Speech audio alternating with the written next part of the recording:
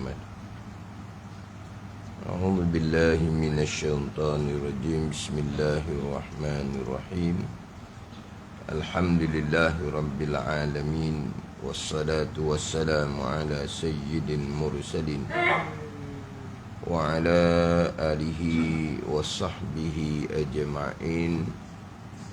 Rabbi syrah li sadri wa yassir li amri wahlul 'uqdatam min lisani yafqahu qawli. Subhanaka la ilma lana illa ma 'allamtana innaka antal alimul hakim. Wala hawla wala quwwata illa billahil aliyyil azim. Kitab Hidayatus Salikin, muka surat 27, baris ke-9 daripada atas. Muka surat 27, baris ke-9 daripada atas. Qala al-muallifu rahimahullahu ta'ala wa nafa'ana bi'ulumihi amin.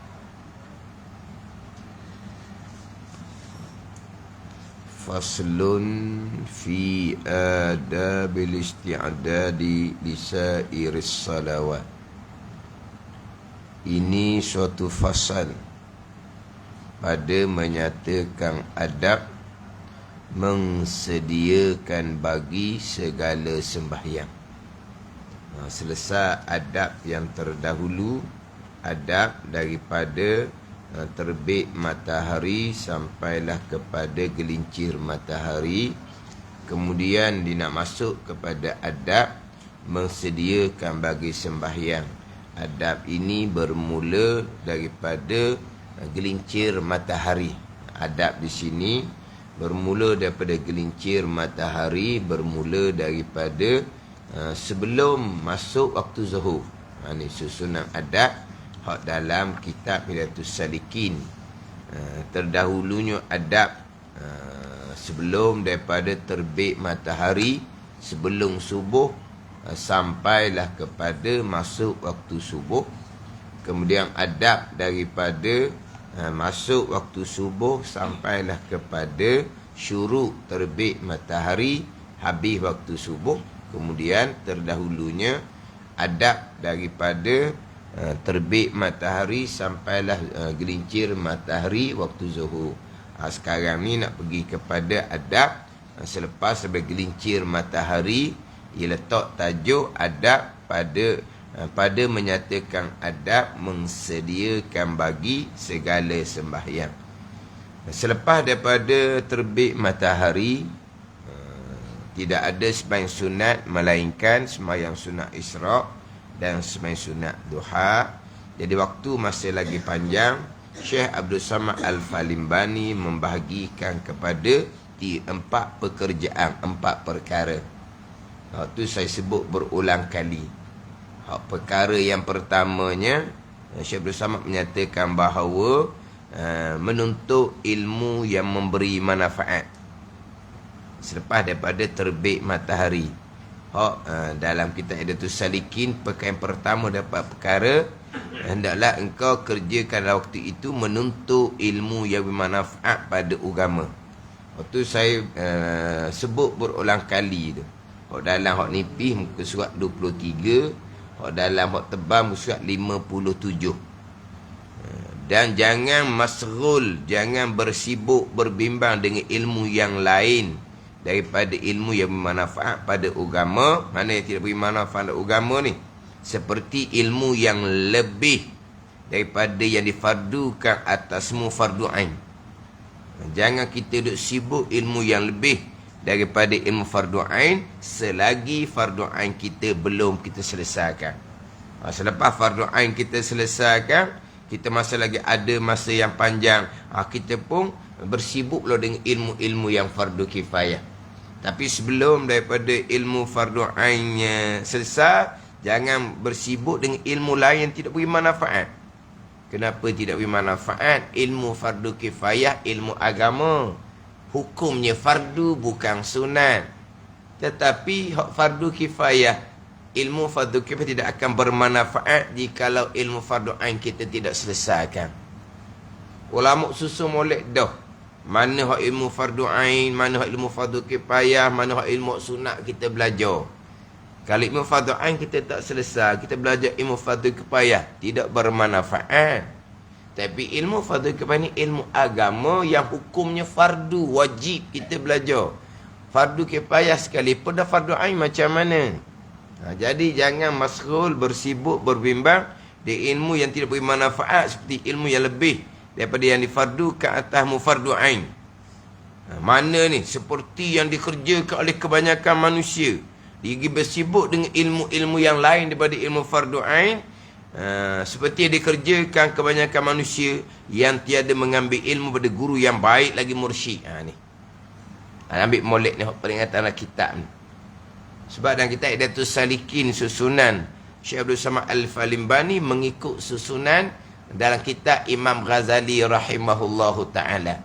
Sebab dalam kitab Imam Ghazali sangat mementingkan berkaitan dengan ilmu fardu ain. Sangat mementingkan berkaitan ilmu fardu ain. Tapi kalaulah ambil daripada guru yang tidak baik, tidak mursyid, walaupun sentiasa baca kitab Imam Ghazali sekalipun, tapi dalam bab ilmu fardu ain dikesampingkan. Siapa satu peringkat sanggup kata, bukan kitab Imam Ghazali je. Dalam kitab Imam Ghazali tekan bab ilmu fardu ain, ilmu, duk baca kitab Imam Ghazali. Tapi tak mau turut bab ilmu fardu ain ni. Dia nak baca ilmu makom-makom tinggi. Akhirnya, hellohnya macam mana? Bukan kitab Imam Ghazali je ada. Dah kitab mana? Ada kitab yang mensampingkan ilmu fardu ain. Ni siapa kena lari pagi tu benar. Makna bukan kitab Imam Ghazali saja. Sedang membaca kitab Imam Ghazali. Tambahan pula hak adab-adab. Belajar dan mengajar dalam kitab Imam Ghazali. Adab belajar, adab mengajar. Orang sekarang ni biasa duduk peringat adab dalam belajar. Adab didahulukan daripada ilmu. Tapi nak melahirkan anak yang beradab, guru tu sendiri beradab ke tidak? Adab muridnya hendaklah dia mendahulukan ilmu fardu ain. Adab gurunya sebaliknya, dia kena mengajar ilmu fardu ain. Kalau guru tu dia mengajar ilmu fardu kifayah, takkanlah dia nak ajar fardu ain belaka. Ada kelas-kelas khususi. Hak lepas maghrib tu kelas umum fardu ain lah. Kelas lepas isyak kelas khususi hak fardu kifayah. Ataupun ada mana kelas-kelas mana lah dia ajar hak fardu kifayah. Ada yang baru-baru nak belajar, nak tupang. Kalau kata baru nak belajar, nak tupang, mana fardu ain tak belajar lagi, adab guru ni dia kena tegah. Dia kena nasihat hak baru ni. Awak kena pergi cari kelas barulah. Ini kelas hak lama-lama belaka dah ni, hak fardu kifayah. Kita nak mendalami ilmu tauhid fardu kifayah, ilmu fiqh fardu kifayah, ilmu tasawuf fardu kifayah. Kamu baru belajar, pergi cari kelas fardu ain. Itu adab guru yang dinyatakan dalam kitab Imam Ghazali. Ada orang baca kitab Imam Ghazali, dia mempermain-mainkan adab ni.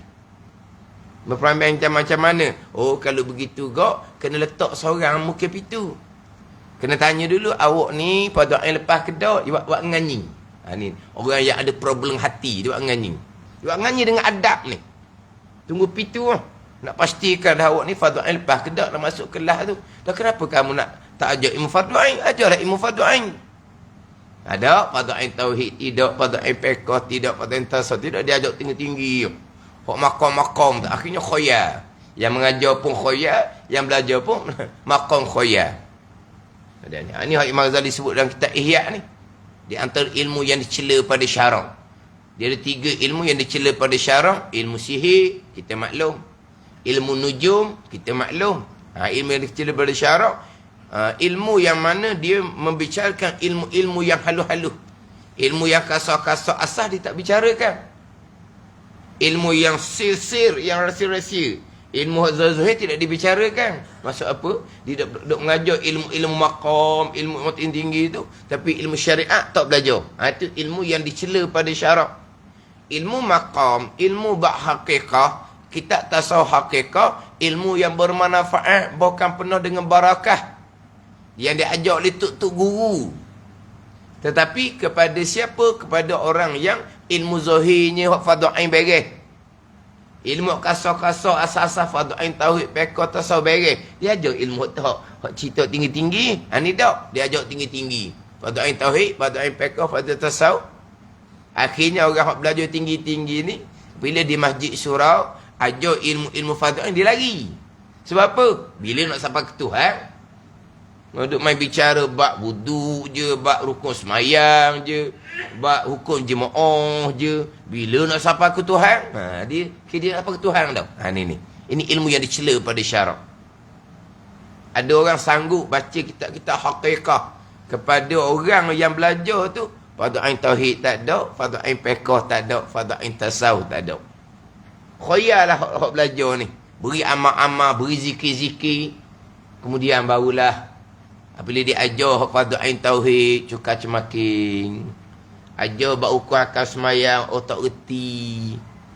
Ajar bab taubah, bab qada semayang. Macam mana ustaz, saya ni Allah, orang dulu bukan macam orang sekarang. Orang sekarang ibu bapa penting ke semayang. Kita orang dulu ibu bapa ni tak berapa heran mana bab semayang. Wallahu a'lam lah ibu bapa mana zaman dulu. Yang kita tahu ibu bapa zaman dulu pun penting juga bab semayang. Ada tak penting bab semayang? Sekarang pun ada tak penting bab semayang. Bila nak ceritanya dia dulu tu ibu bapa dia tak penting bab semayang. Jadi dia pun balik semayang pun dok. Kemudian barulah bertaubah semayang. Tapi qada semayang tak pernah. Tak belajar bab taubah. Ilmu tasawuf tu sifat mahmudah yang pertama dalam kitab Mana Berhati, tak belajar. Mana tak tahu pun bab qada semayang. Mari guru dia ajar ilmu tasawuf tinggi-tinggi. Ilmu tasawuf fadail tak ajar. Bab taubah dia tak ajar. Bicara bab taubah, adalah qada semayang di situ. Qada puasa di situ. Zakat apa semua ada di situ. Qada balik zakat. Tapi dah tak ajar fadail, dia ajar tasawuf tinggi-tinggi. Kemudian barulah macam mana ni hak qada semayang. Qada semayang apa? Yang selama ni duk beramal, duk berzikir gitulah. Tapi bicara bab fardu ain tauhid tak tahu ke mana, fardu ain fiqh tak tahu ke mana, fardu ain tasawuf pun tak tahu ke mana. Ini bukan guru yang baik dan bukan guru yang mursyid. Sebab apa? Diwi ilmu-ilmu yang tidak beri manfaat. Sebab apa? Sebab ilmu fardu ain tidak diajar. Kenapa jadi timbul guru yang seumpama tu? Guru tu sendiri dia bermasalah dalam ilmu fardu ain. Dia sendiri tak kenal ilmu fardu ain, dia tak lulus ilmu fardu ain. Guru seumpama ni kalau terbaca je buku fardu ain, kerana diberi buku fardu ain tu oleh orang tempatan anak kitab ni fardu ain. Bacalah fardu ain. Boleh tahu lah sama ada dia belajar ke tak belajar ilmu fardu ain tu. Dia ilmu fardu ain ni mudah. Bab tauhid mudah je. Nak kenal dia belajar ke tak belajar. Bercerita tu boleh tapi tak betul. Ilmu fiqh dia cuba baca, boleh kenal dia belajar ke tak belajar. Ilmu tasawuf fardu ain pun sama juga. Sama dia belajar atau dia membaca sendiri kerana terpaksa mengajar. Maknanya guru yang bukan guru yang baik, bukan guru mursyid ni guru yang dia sendiri bermasalah dalam ilmu fardu ain tauhid, fiqh dan tasawuf. Macam mana jadi guru? Wallahu a'lam lah. Dia mendalami satu-satu bidang, fardu kifayah, dapat tinggi ilmu fardu kifayah, tapi ilmu fardu ainnya tak belajar tak lepas. Maknanya apa? Dalam belajar dia tu tidak beradab. Dalam belajar ilmu agama fardu kifayah tu dia kadang-kadang berdosa besar kerana mengekali jahil fardu ain. Akhir dia mengajar fardu kifayah ilmu tinggi-tinggi kepada orang belajar pun sama macam dia jugalah. Mengekali jahil fardu ain, mereka catat dosa besar setiap saat. Maka samalah. Murid dengan guru sama-sama mengekali jahil fardu ain. Hidup bicara mengajar ilmu tinggi-tinggi, orang duk belajar pun ilmu tinggi-tinggi.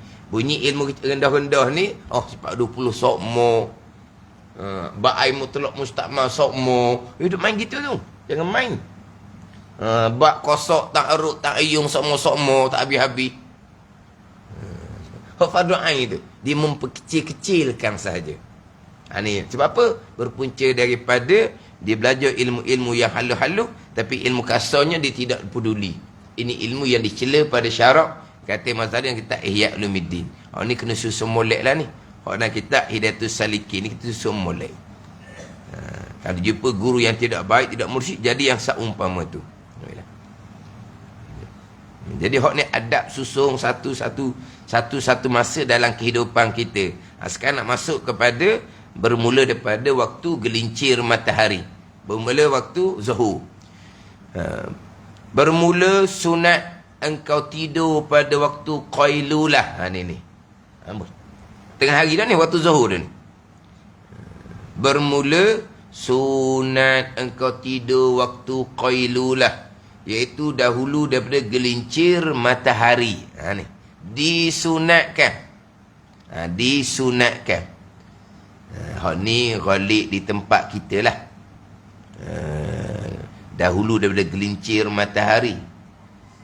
Kalau di ni hak saya catat lah ni. Tugu sebut kalau di Mekah tu mereka tidur waktu qailulah lepas zuhur. Ni hak saya catat. Hak ghalib di tempat kita, kita tidur waktu qailulah adalah sebelum daripada gelincir matahari. Adapun di Mekah, tugu saya kata, biasanya mereka tidur selepas daripada zuhur. Selepas daripada zuhur. Tidur tu kerana tidur pada waktu itu menolong akan bangun pada malam kerana mengerjakan sembahyang tahajud, atau kerana berjaga pada berbuat kebajikan yang lain daripada sembahyang tahajud. Jadi tidur waktu qailulah ni nak jadi tolong kita, memudahkan kita nak bangun awal malam tu. Di akhir malam tu mudah nak bangun. Tidur waktu tengah hari tu, sebelum zuhur tidur setengah jam ke sebelum zuhur, ataupun lepas zuhur tidur, biar jadi mata tu tak mengatuk. Dia ni kalau nak tidur waktu sebelum zuhur ataupun selepas zuhur, bukan kata nak kira bangun malam tu, siang hari tu pun mengantuk. Siang hari pun mengantuk kalau nak tidur waktu tu. Dia tidur waktu tu, jadi mata akan jadi segar. Siang hari pun jadi segar. Kemudian kalau kita nak bangun malam pun jadi mudah. Bangun malam untuk mengerjakan sembahyang tahajud, atau kalau berjaga pada berbuat kebajikan yang lain daripada sembahyang tahajud. Sembahyang tahajud ke, membaca Al-Quran ke, berzikir ke. Maknanya qiyamul lail lah. Qiyamul lail. Jadi sembahyang tahajud, sembahyang selepas dia tidur. Kalau orang tu bangun malam, dia sembahyang qada, maka qada dia menjadi dapat pahala qada dan dapat pahala tahajud. Dia di akhir malam dia sembahyang witir, maka dia dapat pahala witir dan dapat pahala tahajud. Sebab tahajud ni sembahyang lepas daripada tidur. Maknanya kalau sembahyang qada pun dapat pahala tahajud. Pahala qada tu dapat itu pahala wajib. Di sembahyang witir. Sebab tu witir ni afdal di akhir malam, bukan di awal malam sebelum tidur. Sehingga kan kalau witir tu di awal malam sebelum tidur, boleh berjemaah. Witir bulan Ramadan boleh berjemaah. Tapi kalau dia witir pada waktu sahur, dia akan witir seorang diri. Tetap afdal witir di akhir malam walaupun seorang diri. Kalau witir di akhir malam berjemaah pula, sudut tanyalah. Sekarang ni witir lepas tarawih berjemaah. Kalau nak witir sendiri di rumah, jadi seorang diri, tetap afdal witir di akhir malam. Tapi kalau witir di akhir malam, boleh buat berjemaah. Double lah situnya pula. Ada ni. Jadi witir di akhir malam, boleh pahala witir dan boleh pahala tahajud. Ni kadang-kadang, saya macam mana Ustaz nak qada semayang, tapi tahajud saya macam mana. Kata, awak semayang qada waktu di malam hari tu, boleh pahala qada wajib dan boleh pahala tahajud. Sebab apa semayang tahajud? Semayang selepas daripada tidur. Jadi bicara bab semayang qada wajib, dia duk mikir hal semayang sunat lagi. Sebab sebelum tu dia duk bersibuk dengan semayang sunat. Hak semayang qada ni belajarnya kemudian belajar bab taubah. Hak tu Tuhan tak akan terima sembahyang sunat kita kalau kita tidak menyempurnakan hak sembahyang fardu kita, iaitu sembahyang hak kita wajib qada kan. Tak apa, kita buat dua-dua. Kita qada, kita sembahyang sunat, kita qada, kita sembahyang sunat. Kita buat dua-dua lah. Sebab apa? Sebab kita lambat lagi mati. Apa ni? Panjang angan-angan amal. Alif, mim, lam. Panjang amal, panjang angan-angan. Dicela pada syarak. Sifat dicela pada syarak. Dia tak ada sifat kepujian, ingat akan mati. Bila ingat akan mati, bila-bila masa, kita ada kewajipan, kita nak buat apa masa tu? Nak buat hak wajib ke nak buat sunat? Sambil-sambil macam mana kita mati bila-bila masa. Tadi, melainkan kita tahu dah, kita lambat lagi mati. Bolehlah kita nak sambil-sambil. Qada sekali, sembahyang sunat sekali. Ada ni. Hak panjang angan-angan. Kalau kita sentiasa ingat kematian, apa yang kita nak lakukan? Hak wajib ke hak sunat? Hak wajib lah. Sebab ada orang ajar gitu. Tak apa, sambil-sambil lah. Sambil-sambil qada, sambil-sambil buat sunat. Tak ada sambil-sambil. Kalau balik pada hukum fiqh, hukumnya haram buat seumpama tu. Atas pandangan muktamad. Atas pandangan makruh buat seumpama tu. Ini kalau balik pada hukum fiqh. Balik pada hukum tasawuf, dia meninggalkan kewajipan bersegera taubat, iaitu bersegera qada. Dia tinggal hak bersegera qada, nak buat sembahyang sunat. Tu lari pula daripada hak ilmu tasawuf. Tak ada seumpama tu. Bahkan kalau dia buat amal sunat, kewajipan dia tidak selesaikan lebih dahulu, amal sunat, Imam Ghazali kata tidak akan diterima oleh Allah Subhanahu wa taala. Tak ada amalan seumpama tu. Dalam kitab fiqh ke kitab tasawuf tak ada amalan yang seumpama tu. Nak sambil-sambil tak ada. Fokus pada hak kewajipan. Jangan panjang angan-angan. Kita kena sentiasa ingat kematian. Mana kalau hak jenis sambil tukar-tukar, sebab apa? Dikira dia lambat lagi mati. Mana betul? Dia panggil panjang angan-angan. Itu dipanggil tidak bersifat dengan sifat kepujian, ingat akan mati. Berarti dia tak ingat akan mati. Itu semua balik kepada ilmu lah. Susah sikit lah sebab ada sendiri orang yang mengajar seumpama tu. Sambil-sambil dia kata. Sembahyang sunat ni boleh tampung di sembahyang fardu. Sembahyang sunat boleh tampung sembahyang fardu. Ada satu perkara pula ni, sembahyang sunat boleh tampung sembahyang fardu. Sembahyang sunat boleh tampung sembahyang fardu. Betul? Itu hikmah disyariatkan ibadah-ibadah sunat. Apa hikmah disyariatkan ibadah-ibadah sunat? Di antara hikmahnya, ibadah sunat ni boleh menampung ibadah fardu. Sembahyang sunat boleh menampung sembahyang fardu. Puasa sunat boleh menampung puasa fardu. Sedekah-sedekah jariah boleh menampung hak zakat fardu. Betul? Sebab tu disyariatkan amal-amal sunat, hikmahnya boleh menampung ibadah fardu kita fil akhirah la fid dunya. Di akhirat bukan atas dunia ni. Atau macam ada kitab Fathul Mu'in. Fil akhirah la fid dunya. Di akhirat, bukan di dunia. Kalau di dunia kita sekarang, kita mengetahui bahawa banyak kefarduan yang kita tinggalkan, sembahyang sunat tidak boleh menampung. Tidak boleh menampung. Kena selesaikan kewajipan tu dahulu. Itu hukum fiqh, itu hukum tasawuf. Kita pun selesailah hak kefarduan kita. Qada habis dah kitanya. Perbanyakkan sembahyang sunat. Sampai di hari akhirah, bila dihisapkan kembali, ada lagi kefarduan kita qada tak cukup. Sebab kita qada terdahulu atas dunia, anggaran, ijtihad. Kira-kira banyak mana catat. Habis dah catatan kita, berhenti hak qada. Perbanyakkan sembahyang sunat. Sebab sembahyang sunat tu nanti boleh menampung kekurangan kefarduan kita. Kalau ada.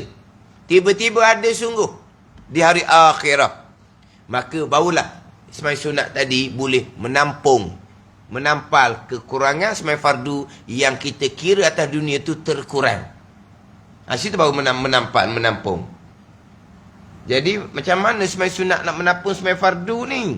70 rakaat sunat boleh menampung 1 rakaat semai fardu yang qadaknya tak cukup. 70 rakaat semai sunat baru boleh menampung 1 rakaat sembahyang fardu yang kita qadaknya tak cukup. Jadi kalau 1 subuh yang tak cukup ditampar dengan 140 rakaat sembahyang sunat. Itu bezanya sembahyang fardu dengan sembahyang sunat. Lepas tu kita atas dunia ni kefarduan lah dahulu. Qadak. Sembahyang fardu sembahyang sunat tak ada nak banding 70 kali ganda.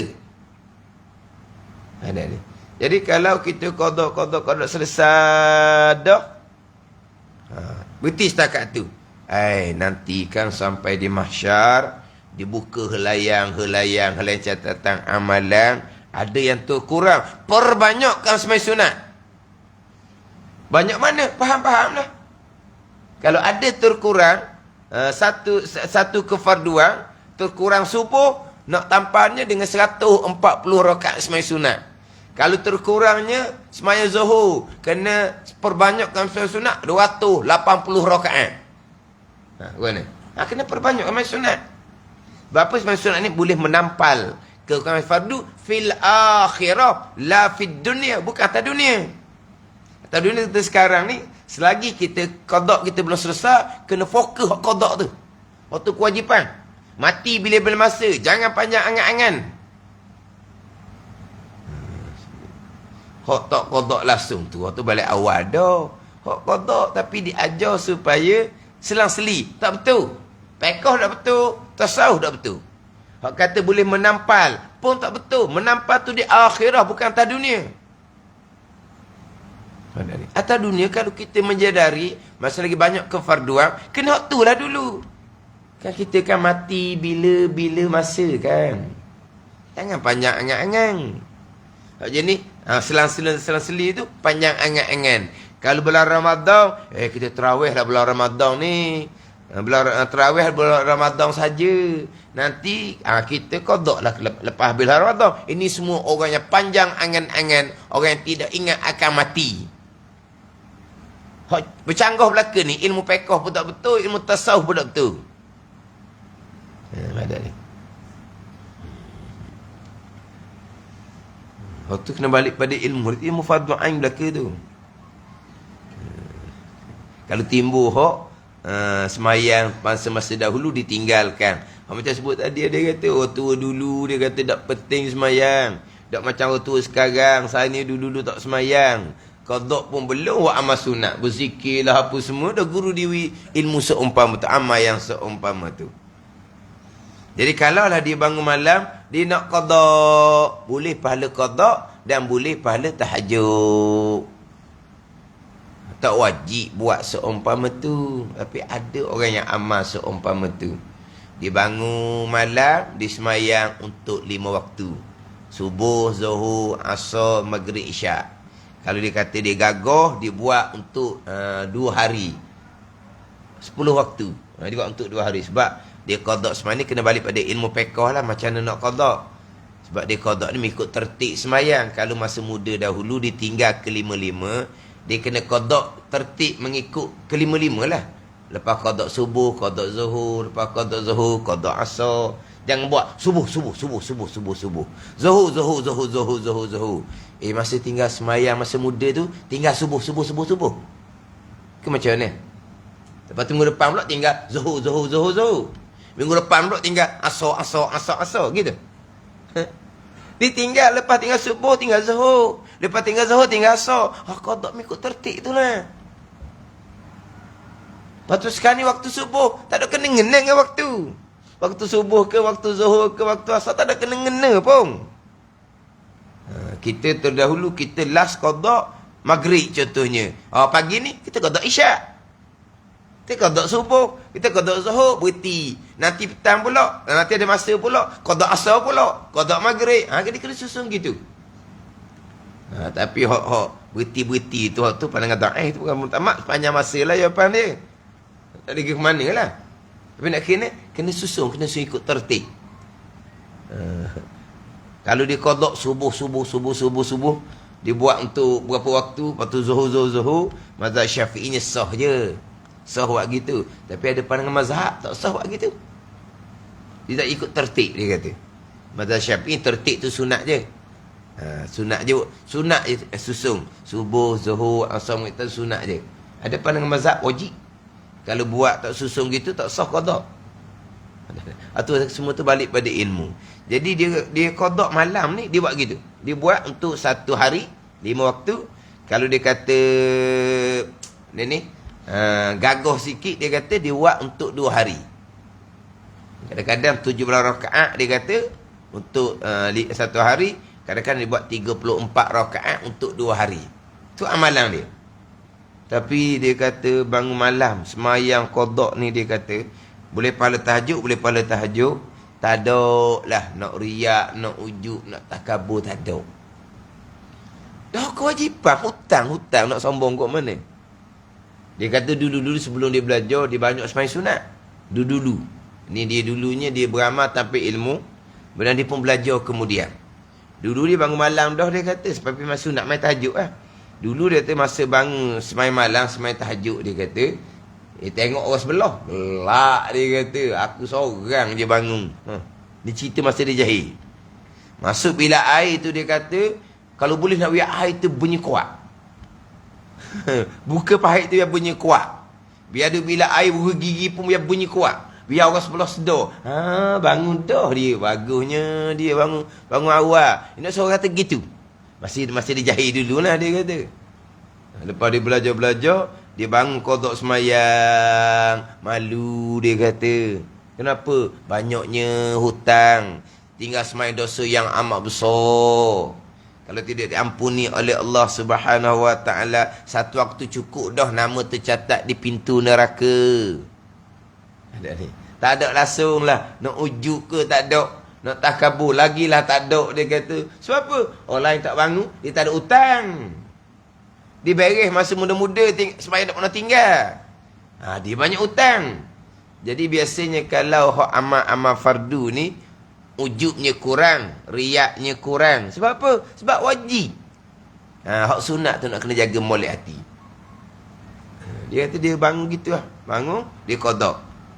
Jadi kalau orang ada qada, bangunlah malam. Boleh pahala qada, boleh pahala tahajud. Bangun malam, semayang sunat tasbih. Boleh pahala semayang sunat tasbih, boleh pahala semayang sunat tahajud. Sebab ada orang bangun malam, dia semayang sunat tasbih. Boleh pahala tasbih, boleh pahala tahajud. Dah ni. Orang tak ada qada lah ni.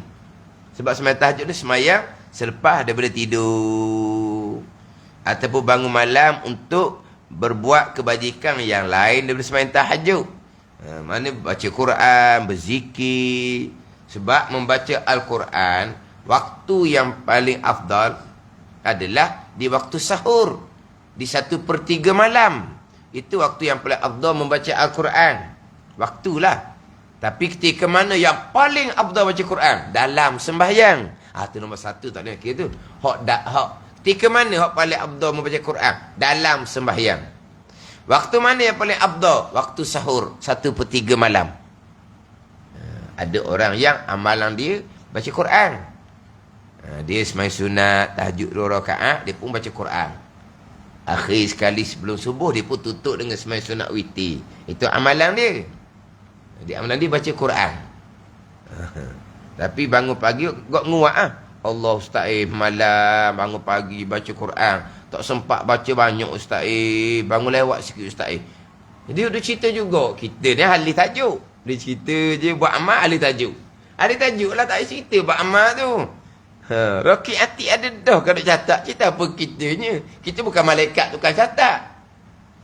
Ahli tajuk pun dia pusing juga. Nak cerita juga amal dia. Jumpa pagi-pagi Ustaz Allah semalam. Cerita nak tahu tu. Nak cerita baca Quran. Dia bahir baca Quran. Dia bahir baca Quran. Dah dia guru Quran. 2-3 guru Quran dia belajar. Tapi belajar kitab tauhid tak mampu. Belajar kitab fiqh tak mampu. Belajar kitab tasawuf tak baca Quran je. Lepas tu kalau cakap kok, power belaka. Ni batu ni power, hok ni power, hok ni power. Dia percaya benda-benda hok tu lah. Hok barang-barang lama tu. Ada. Dia berpegang ke tidak tu pegangan dia. Tapi cakapan dia gitu. Kalau kita nak cakap benda gitu. Tapi kalau cakap tu atas dasar asbab, tak salah. Berpegang, tu dia dengan Tuhan. Tapi makna kalau kita kata gok mai cakap benda gitu, bukan orang ngaji, orang ngaji Quran cakap benda gitu, orang cakap benda gitu. Ni barang-barang ni, barang-barang ni. Barang-barang. Dia ada tu nah.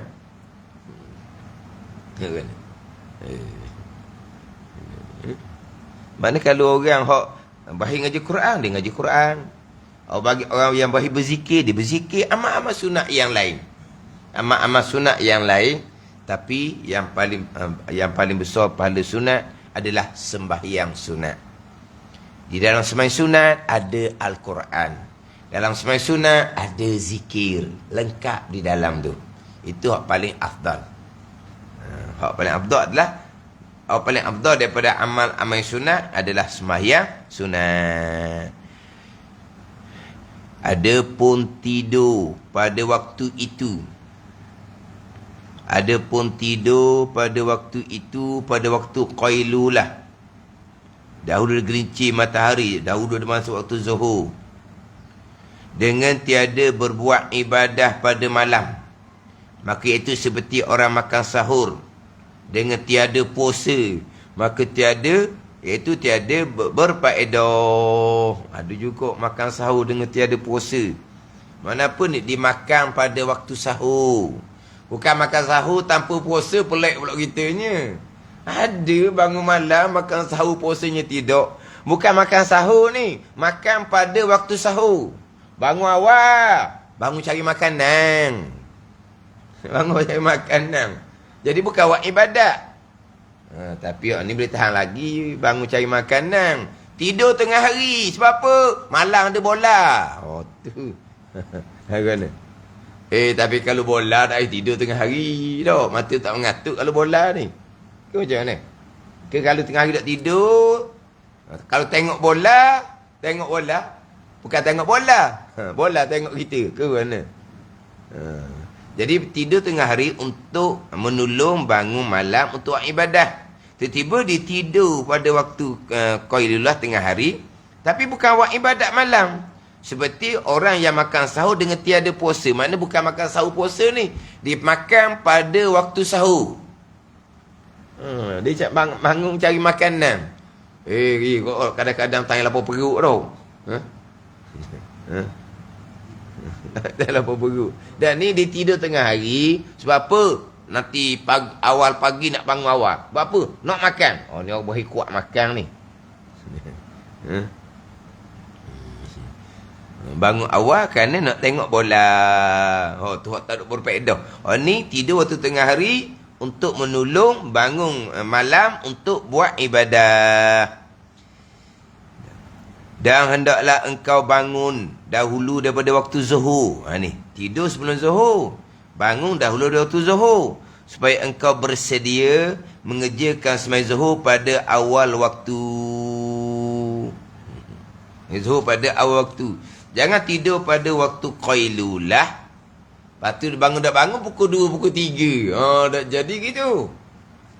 Tidur sebelum zuhur, bangun pukul 2. Bangun pukul 3. Jadi kena bangun sebelum waktu zuhur supaya dapat sembahyang zuhur di awal waktu. Tapi bicara ni bicara umum lah. Ada orang memang dia lain sikit. Dia kerja malam contohnya. Nak tidur sekejap-sekejap dia tak cukup. Tu atas dia lah pulaknya. Ada orang tua, dulu-dulu dia tidur sedikit-sedikit cukup dah. Sekarang ni dia kena tidur lebih sedikit untuk jaga kesihatan. Tu lain tu. Pada ni jangan kita pula kata, tua-tua ni kuat tidur. Dia punya kesihatan dia. Masa muda-muda daklah tidur banyak gitu. Masa dia gagah. Sekarang ni dia tak apa gagah dah. Tidur dia kena lebih sedikit. Tidur lebih lah. Dia tidur pukul 12.30 tu gok. Lambat bangun tu. Biarlah ke dia. Zuhur dia jadi lewat. Pada masa dia segor, zuhur dia sentiasa awal waktu. pada masa dia kurang segar dah, zuhur dia lewat, dia tetap boleh pahala zuhur awal waktu. Kalau masa dia segar, dia istiqamah, solat di awal waktu. Tu je. Jadi, orang kata tidur kemudian bangun sebelum zuhur ni, ada juga orang yang tidur kena lebih sedikit. Biasanya orang kerja malam kalau sekarang kau. Ataupun orang tua. Orang tua ni, kalau kita tak beri dia tidur cukup, dalam semayang dia tidur. Tapi tidur cukup. Dalam semayang tidur. Tapi tidur dalam keadaan semayang duduk. Semayang duduk atas kursi. Tidur tu tidak membatalkan wuduk. Maka tidak membatalkan semayang. Kita kejutkanlah dia. Sama balik rukun semayang tu. Mana kejut dia sama balik rukun semayang. Sebab apa? Dia tertidur. Nampak kat situ. Mana apa ni? Dia kena tidur lebih. Ada sama macam sini ni. Ni orang segar-segar. Waktu qailulah tidur setengah jam cukup dah. Orang segar-segar. Orang kerja waktu normal tu boleh lah. Kerja waktu normal kan. Sebab malam bukan waktu bekerja. Tuan atur dah perjalanan ni. Siang untuk bekerja, malam untuk tidur. Tapi kalau kerja tidak normal, dia kerja pada waktu untuk orang tidur. Jadi lain sikit lah kehidupan dia. Tapi ini untuk keperluan masyarakat. Memang ada pekerjaan yang mesti 24 jam. Atau tak ada lari tu. Mana dia tidur kodoh-kodoh yang mana siang hari dia bertenaga, tak mengantuk. Dia boleh menolong untuk bangun awal malam. Untuk bangun malam untuk beribadah. Maka hendaklah engkau mengambil air sembahyang. Bangun je sebelum waktu zuhur. Ini disusun satu-satu ni. Kalau dah kita ada tu salikin, bermula daripada sebelum subuh. Bermula sebelum subuh dah kita ada tu salikin. Sampai ke waktu subuh. Sampai ke waktu terbit matahari. Waktu terbit matahari sampai kepada zuhur gelincir matahari. Sekarang ni daripada gelincir matahari pula ni. Tidur sebelum zuhur untuk menolong bangun malam. Kemudian bangun sebelum zuhur. Lepas bangun hendaklah engkau mengambil air semayang. Kemudian maka semayang engkau 2 rakaat sunat wudu. Maka lalu pergi ke masjid. Dan apabila engkau ke masjid, maka semayang engkau 2 rakaat tahiyatul masjid. Dia lepas selesai berwudu, semayang sunat wudu. Kalau masjid tu dekat, makna antara wuduk dia dengan tahiyatul masjid tu cerahnya tak panjang, boleh capur dua tu. Boleh capur antara sembahyang sunat wuduk dan sembahyang sunat tahiyatul masjid. Saja aku solat sunat tahiyatul masjid serta sunat wuduk 2 rakaat kerana Allah. Tapi kalau kita berwuduk di rumah, nak sampai di masjid tu lambat, tak boleh dah lah. Sebab sembahyang sunat wuduk ni, dia kena segera atas pandangan muktamad. Mana antara selesai berwuduk dengan sembahyang sunat wuduk tu, jangan cerah lama. Jangan cerah lama pada uruf lah. Mana pada kiaan tu, saning baru je berwuduk. Sekarang sembahyang sunat wuduk waktu masih lagi disunatkan. Tapi kalau kita pergi masjid tu jauh jadi, lama, senggang. Antara selesai berwuduk dengan masuk masjid, tak ada dah sembahyang sunat wuduk. Ada ni. Tapi ada pandangan yang menyatakan bahawa sembahyang sunat wuduk ni lama mana sekalipun selepas berwuduk masih lagi sunat sembahyang sunat wuduk. Walaupun lama. Tapi pandang muktamad tidak. Dia antara berwuduk dengan sembahyang tu jangan lama sangat. Kalau lama sangat tak ada dah sembahyang sunat wuduk. Mana kalau kita dekat masjid, bolehlah. Kita masuk masjid, kita sembahyang sunat tahiyatul masjid serta sunat wuduk. Kalau kita ambil wuduk di masjid, tu memanglah jelas-jelas lah boleh sembahyang tahiyatul masjid dan sunat wuduk. Tapi dia seeloknya sembahyang sunat wuduk tu kita buat di rumah. Kalau kita ambil wuduk di rumah, sebab kita memang kita memang disunatkan perbanyakkan sembahyang sunat ni di rumah, bukan di masjid. Sembahyang sunat wuduk dahulu, kemudian boleh pergi ke masjid, masuk masjid sembahyang sunat tahiyatul masjid. Kemudian sebagaimana sembahyang sunat wuduk boleh himpun dengan sembahyang sunat masjid, Sebab sunat tahiyatul masjid ni boleh himpun juga dengan qabliyah zuhur contohnya. Tapi orang ni tak himpun ni sebab belum bang lagi ni. Belum bang lagi. Sebab kalau bang dah kita sampai masjid, orang sembahyang qabliyah dah, kita pun sembahyang qabliyah zuhur serta tahiyatul masjid. Hak ni pergi ke masjid sebelum waktu zuhur.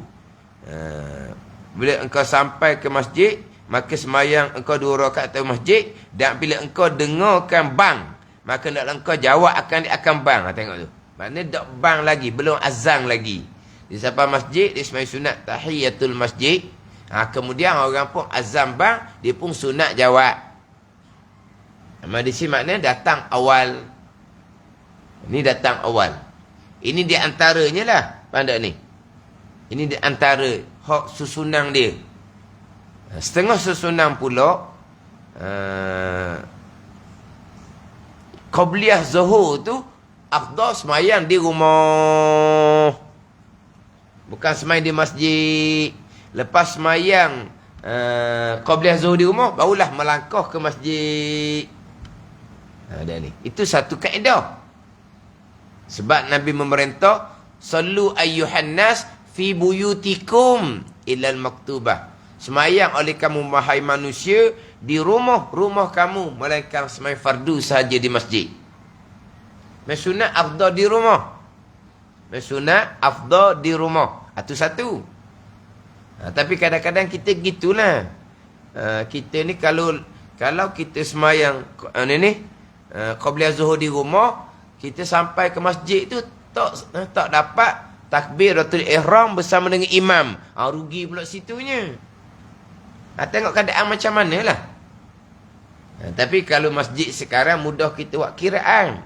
Sebab dia sudah ada waktu untuk qomat. Ada sini. Dia ada sa'ah dia. Dia ada sa'ah dia. Ada minit dia. Mana kita tahu dah. Kalau waktu zuhur ni berapa minit? 10 minit ke 15 minit ke? Mana kita boleh kira dah.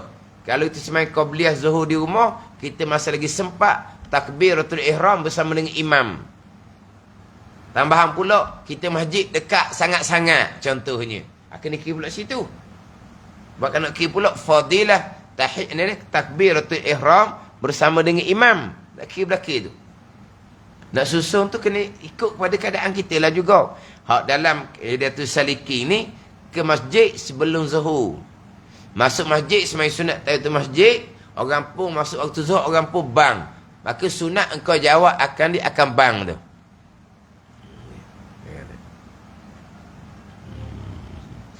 Kemudian hak jawab bang tu rasanya sudah didatangkan terdahulu. Dah. Ada datang dalam kitab kita ni.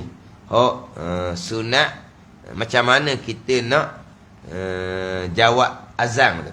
Biasa ada bicara dalam kitab ni. Tengok semula hak terdahulu. Dia bicara bermula daripada waktu subuh tu, ada bang, maka sunat jawab tu.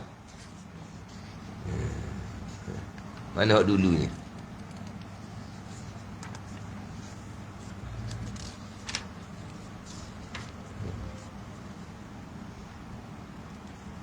Ada dia didatangkan. Hak selepas daripada bicara hak berkaitan dengan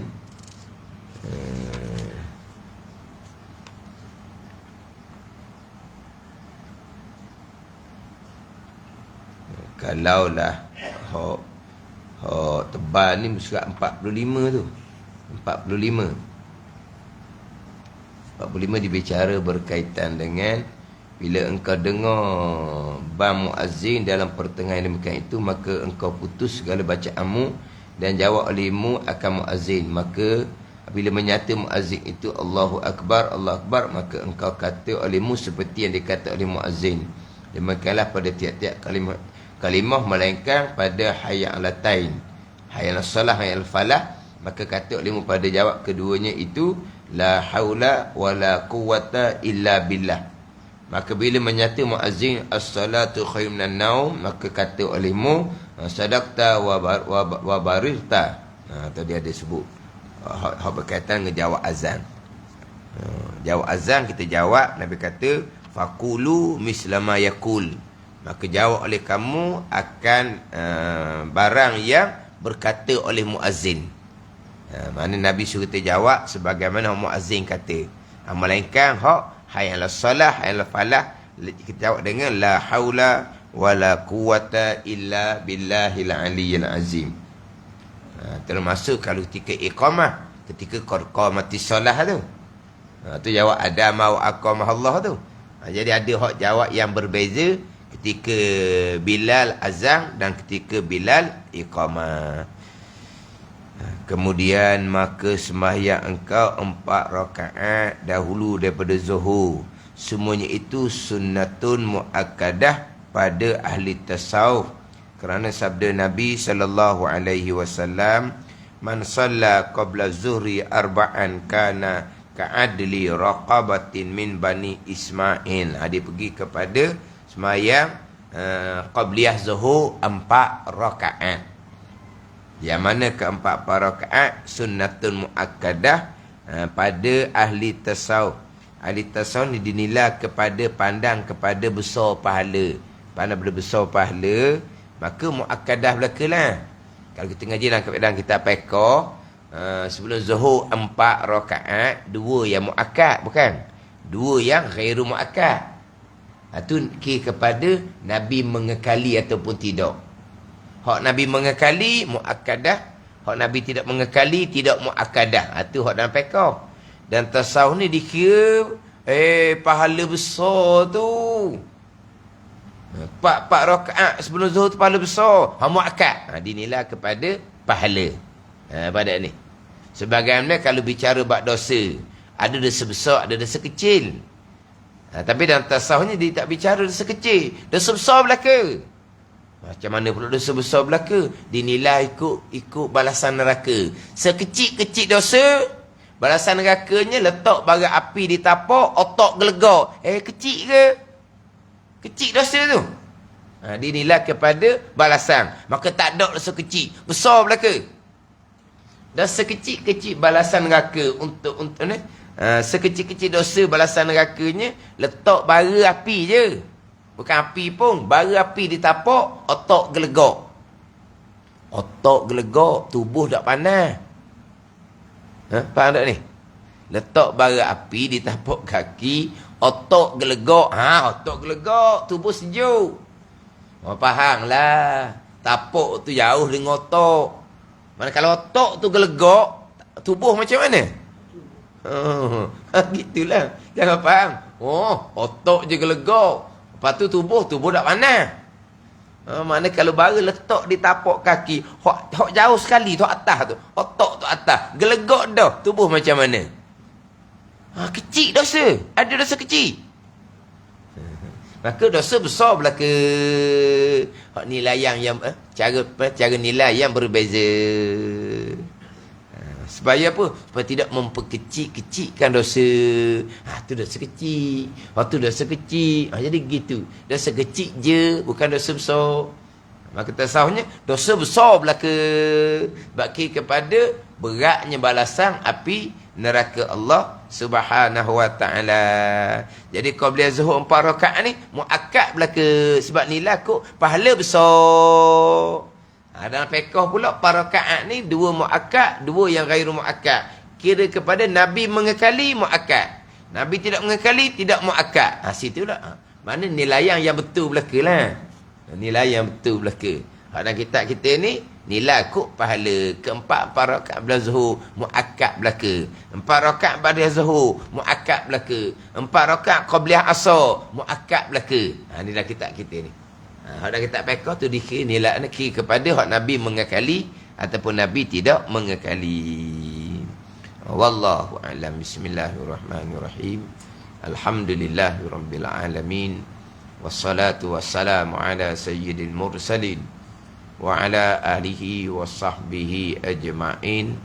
Allahumma ftah alaina futuhal arifin. Allahumma allimna ilma akdamin. Wafahimna famasabikin warzuqna ruqat talibin. Allahumma zidna ilman wa alhiqna bis salihin. Wa sallallahu ala sayyidina Muhammadin wa ala alihi wa sahbihi wa sallam. Walhamdulillahirabbil alamin.